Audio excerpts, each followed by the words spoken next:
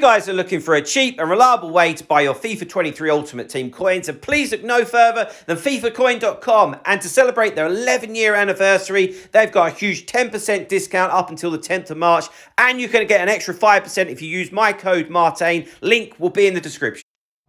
Hi guys, Martain88 here, and welcome back to another FIFA 23 video and another tactics video here on the channel. Today we're having a look at the 4-2-2, which is a formation and tactic that I use a lot with my coaching sessions, and a lot of people have had an awful lot of success with this, okay? So I thought I'd upload it.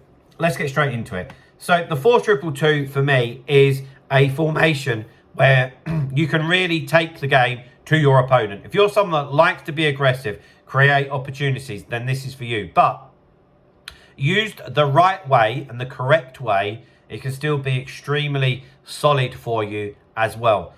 The key is knowing how to use your formation and your instructions, okay? So defensive style, balanced, okay? As I'm always saying, you can put pressure on yourself, either by using second man press selectively, don't overuse it guys, by quick switching or anticipation. It's much better if we can do it manually, okay? Right, defensive width, 45. I always play around with 40 to 45. For me, it doesn't really make too much difference. But as I always say with any formation, the key is to be nice and compact, because most people try and force feed the ball through the middle of the pitch, so we need numbers there. Defensive depth, 50. I've changed this over the year. It used to be a lot higher, but for me, it doesn't need to be all guns blazing, so just leave it at 50. Remember, these are tactics that I give people who have coaching sessions with me, and we've seen loads and loads of progress. So build up play. Just leave it as balanced, okay? Now, variation is huge, as I always say. And the 4-2-2 does allow you lots of variety, because you have good width. You have players in the middle. You have the opportunity to go long if you want, because you've got two strikers. You have the opportunity to come short if you want to, because you've got a couple of CDMs. So you see, there's lots of different options. So having it on balanced will just complement that very, very nicely. Chance creation, I have on direct passing. If you've got it on forward runs and you like that, that's no big deal to me. I prefer direct passing, as you know, as a lot of people do. Offensive width, 45.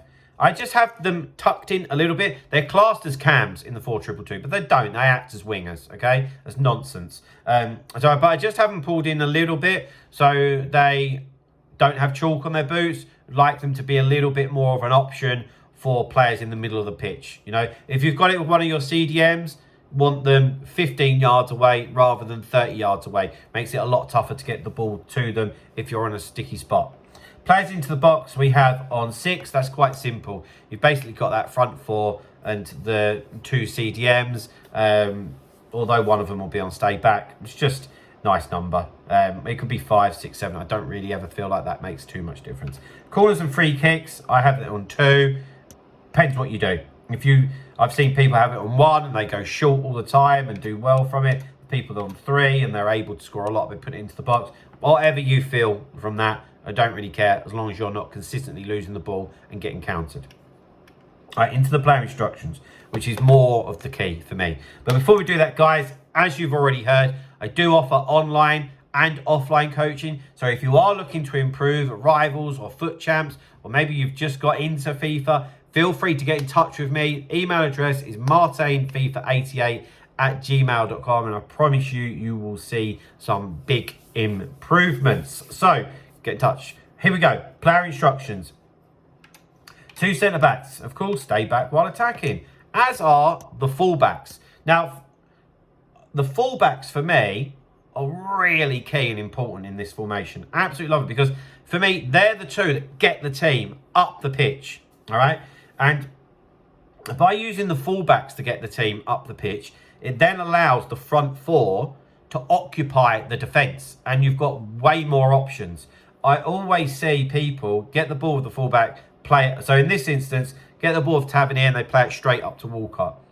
They've got 20 yards of just green grass in front of them. Take the ball forward with your fullback. That will push them back. It'll take your team up the pitch. Then we can start playing, because then you don't have the ball in your own half. We're in their half. That's the ball. The ball is then at safety then we can start playing. It's really big. These are the kind of things that we'll go through in coaching sessions. So although it's on stay back while attacking the fullback, means nothing. It just means that the AI is not going to bomb them on, but we will. And then even when you do get forward, if you see an opportunity to trigger a run or do a 1-2, maybe they're playing very narrow formation, which some people do. The fullbacks are often your out ball, so they're huge, very, very important. And I've got Tavernier and Firpo, who are both very quick, plus good at defending, fit the bill. Alphonso Davies, Cancelo, Hakimi, all the type of players that you would want to have at fullback. Okay, the two CDMs, they're the guys, they're the glue in this formation. They really are. So I have one on balance attack, one stay back while attacking. Odegaard definitely would be the one that's on the balanced attack. It's got more offensive attributes. Cut passing lanes and cover centre. We want them in the middle of the pitch, yeah? So that when we're attacking, the ball can get played back into them, switched from left to right. If it's crowded one side, let's move it to the other side. It's simple stuff, okay? Don't be impatient, really. Don't be impatient. That's what a lot of you do. Equally, when we lose the ball, we've got the two CDMs sat there, ready and waiting. We can hold them up, let the team get into shape, then defend properly, and then we can attack and go again.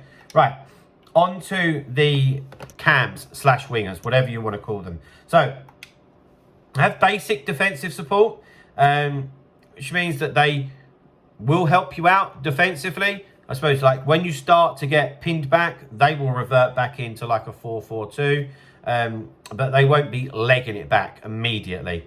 So I often find that with the 4 defenders and the 2 CDMs, often if you've had them quite penned in, you can get the ball back quite quickly, and actually it's more beneficial to have, in this instance, Mahrez and Walcott still in decent attacking positions. Right.